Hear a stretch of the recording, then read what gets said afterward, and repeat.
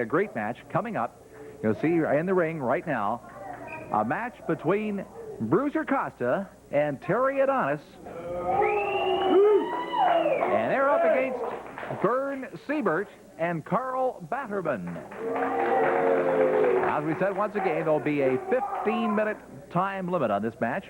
Going to be a little longer than usual, and of course, we've had some complaints that maybe the matches are just a little too short and we're not being fair to everybody concerned. A little strategy session there between Costa and Adonis. Looks like Costa's going to be first man out up against Karl Batterman. Karl Batterman is from Stockton, California. Weighs in at 240 pounds. He's in his second year of professional wrestling. And he, of course, is up against the Bruiser Costa, 260 pounds, from Boston, Massachusetts, originally from Greece, trained by Killer Kowalski, and known as the Jukebox to our TV audience. They just love to hate the Bruiser. Always great fun. Should turn out to be a great match. 15 minutes, a 15-minute time limit in this match.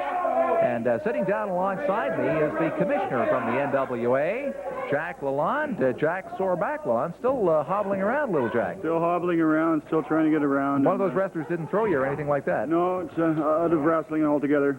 Well, I didn't necessarily mean in the ring, Jack. I thought maybe out of the ring. You got a few of them mad at you once in a while. Right out of the business, nothing connected to wrestling, or there'd be trouble. Should be a pretty fair match here. Bruiser Costa, along with Karl Batterman. Verne Siebert. Bruiser Costa, a little unhappy about that. Says he's getting his hair pulled. He's just going to tag and let Terry Adonis in at him. Terry Adonis and Karl Batterman now. Terry Adonis. Terry's been around for quite a while. 10 years in professional wrestling. Lots of experience. Knows his way around that ring. Karl Batterman makes some fast moves. This Batterman was the California champion, and he's quite a wrestler.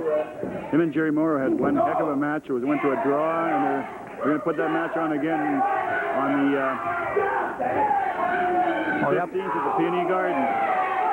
I heard it was quite a match. A lot of the fans told me about it. I wasn't able to be there. I was out of town myself, but I understood it was quite a match, and it's going to be coming back again. Right. Yeah. It was a draw, and so they wanted a decision out of it. I understand there was a few, well, I don't want to say draws, but a few disqualifications last time around. There's a few of everything here. It's Moondog Meridian, Dean Ho, Bruiser Costas, and Adonis. Well, you know how mad Dean Ho was.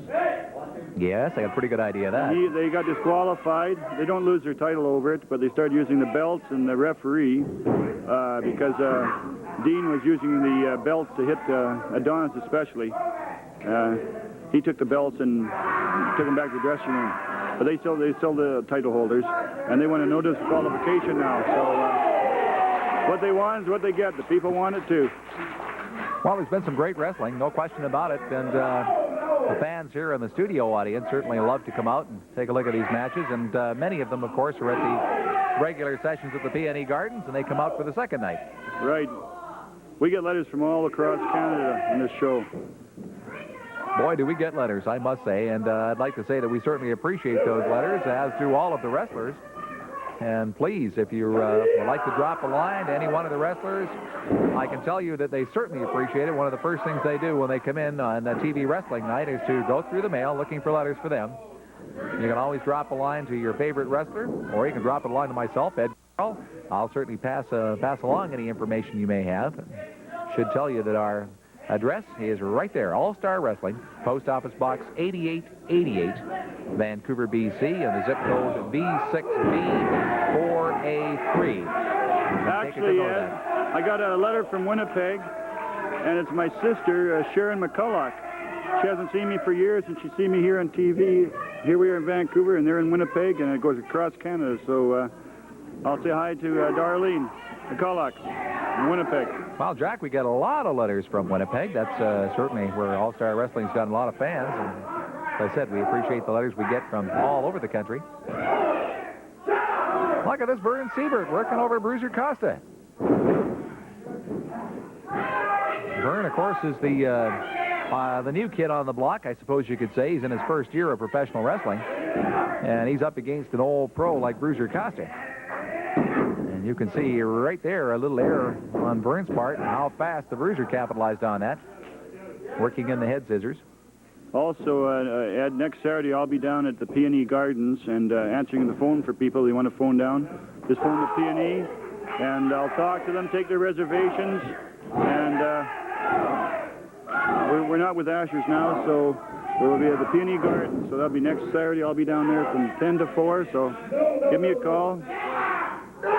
I was down there last Saturday. I had calls from Saskatchewan, from Prince George, and a lot of people from Victoria have been phoning, and we're going to be on the 18th in Victoria with all these wrestlers, Ron Starr, Tomko, Costas, all the wrestlers you see here on TV. I imagine you're going to get a few interesting words while answering the phone. I've heard that there's a few people who want to talk to you. There was a lot of young guys who want to start out wrestling too. There's one guy right here is Verne Siebert. He started out now, and he's progressing. He's got a good partner there with Karl Batterman, but they're going against quite a team here. Well, it's one thing to take on, as you say. Verne is coming along very well. He's got a great partner in Karl Batterman. But, wowee, they've got some tough customers in Costas and Adonis, but look at this. Terry Adonis is really getting his bell rung on this one. One thing you won't see here tonight is Bob Steele. I haven't seen Bob Steele. What's happened to Bob Steele? Well, the last match we had, Tomko and Morosky. Tomko threw Morosky over the top rope. Steele, I had him refereeing the match. And he threw Steele out of the ring. Steele is hurt. I fined Tomko $500. Tomko's an animal. That's Tomko's getting fined almost every week, Jack. I think your fines are starting to not have the effect you wanted them to have. Well, he won't be buying many Christmas presents this year, I'll tell you. I don't know if he has got anybody to buy them for. But he's still getting fan mail. Can you believe it? Oh, he gets a lot of fan mail. Right. Lots of fans like the Master Sergeant. Yes, it's a little surprising, but I must say he doesn't get as much fan mail as maybe Dean Ho, for example, but he's a good close second, I think. Dean Ho, yourself, myself, Mr. Pro, we get the most fan mail. Tomko, he gets pictures from people, but just a certain majority. Ron Starr apparently is getting a lot of mail. Well, it's amazing the amount of mail, and as I said, we certainly enjoy getting it. Well, you can start to hear the fans in our studio audience are saying, "Go, Verne, go!" As they would really like to see Verne Siebert come back from this one, but I would say that Verne's got his hands full. Now you're looking at quite a weight